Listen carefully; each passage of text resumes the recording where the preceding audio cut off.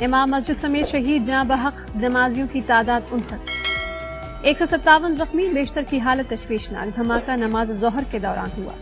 خود کش حملہ آور پہلی صف میں موجود تھا، نماز کی تکبیر ہوتے ہی خود کو دھماکے سے اڑا دیا۔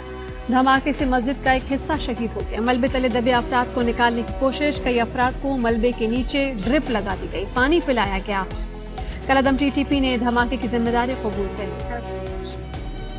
ملبے کے نیچے لوگ پھنسے ہوئے ہیں، ملبے کے اندر سے آوازیں آ رہی ہیں۔ رہنما جماعت اسلامی عنایت اللہ کی پشاور پولیس لائنز تک خود کش بمبار کیسے پہنچا؟ حملہ آور نے سیکورٹی چوکی کیسے قبول کی؟ اہم سرکاری دفاتر پر نصب خفیہ کیمروں سے کیسے بچ گیا؟ سوالات اٹھ گئے۔ پولیس لائن تک جانے کے دوسرے راستے سے صرف پیدل افراد کو جانے کی اجازت ہے۔ داخلے کے لیے مکمل تلاشی لازمی ہے۔ قومی شناختی کارڈ کے بغیر داخلہ ممنوع ہے۔ ریڈ زون میں سول سیکریٹریٹ اور CNW سمیت اہم سرکاری دفاتر موجود۔ حملہ آور پولیس لائن تک کیسے پہنچا؟ فوری جواب دیا جائے۔ وزیر اعظم کا IG سے استفسار۔ ہو سکتا ہے حملہ آور پہلے سے ہی اندر رہ رہا ہو، مکمل تحقیقات کر رہے ہیں۔ IG کا جواب۔ وزیر اعظم شہباز شریف اور آرمی چیف جنرل عاصم منیب نے لیڈی ریڈنگ اسپتال میں زخمیوں کی عیادت کی۔ وزیر اعظم کی زخمیوں کو بہترین طبی سہولیات فراہم کرنے کی بھی ہدایت۔ عمران خان نے کہا دہشت گردی کے بڑھتے خطرے سے نمٹنے کی ضرورت ہے، انٹیلیجنس کو بہتر اور پولیس کو مناسب سہولتوں سے لیس کرنا ہوگا۔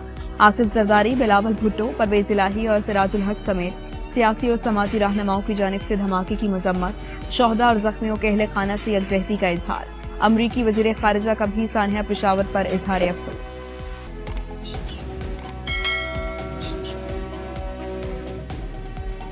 تحصیلداری کے اہلکاروں کو شہید کرنے والا دہشت گرد جہنم رسید۔ دہشت گرد عمر نیازی نے 3 جنوری کو حساس ادارے کے 2 افسران کو شہید کر کے فرار ہو۔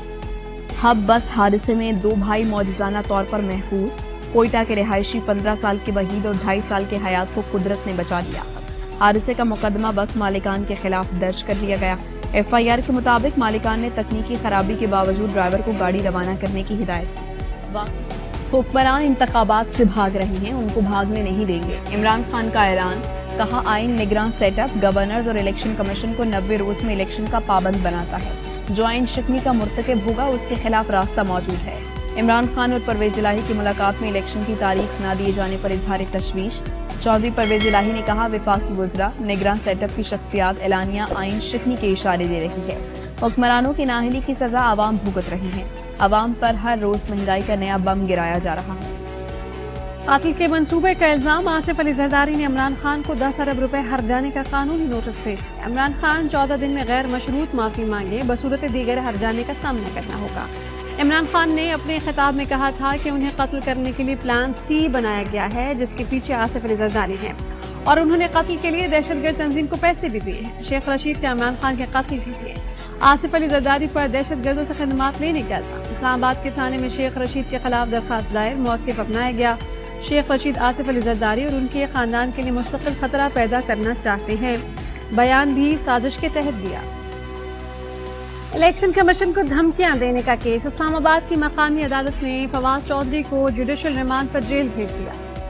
آج تو منہ پر کپڑا نہیں ڈالا، جج کا سوال، جی نہیں، فواد چودھری کا جواب۔ PTI نے رہنما نے عدالت کو بتایا کہ 6 دنوں میں 2.5 گھنٹوں سے زیادہ نہیں سویا، سردی میں گاڑی کے پیچھے ڈالے پر بٹھایا گیا۔ فواد چودھری کی ضمانت کے لیے درخواست سیشن عدالت میں دائر، سماعت آج ہوگی۔ بابر اعوان کہتے کہ امید ہے فواد چودھری کی ضمانت منظور ہو جائے گی۔ وکیل فیصل چودھری نے کہا کہ کبھی جوڈیشل ریمانڈ کے بعد جسمانی ریمانڈ دوبارہ نہیں ہوا، ہتھکڑی فواد کو نہیں، آئین اور قانون کو لگی ہے۔ IMF مشن مذاکرات کے لیے پاکستان پہنچ گیا، ڈالر 200 سے نیچے آئے گا، معیشت بہتر ہو جائے گی۔ IMF سے ڈیل کا مجھے اچھا تجربہ ہے۔ وزیر خزانہ بننے سے پہلے اسحاق ڈار سہانے خواب دکھاتے رہے، بڑی بڑی باتیں اور دعوے کرتے رہے۔ وزارت ملی تصاری حکمت عملی زمیں بوس ہو گئی، ڈالر تاریخ کی بلند ترین سطح پر پہنچا دیا، 1 لیٹر پیٹرول بھی 250 روپے کا کر دیا۔ شیخ رشید نے لال حویلی کی سیل توڑ دی، الصبح پولیس اور FIA نے 7 یونٹ سیل کر دیے۔ شیخ رشید نے کہا عدالت نے ہماری ملکیت تسلیم کی، کسی نے لال حویلی گرانے کی کوشش کی تو اینٹ سے اینٹ بجا دیا۔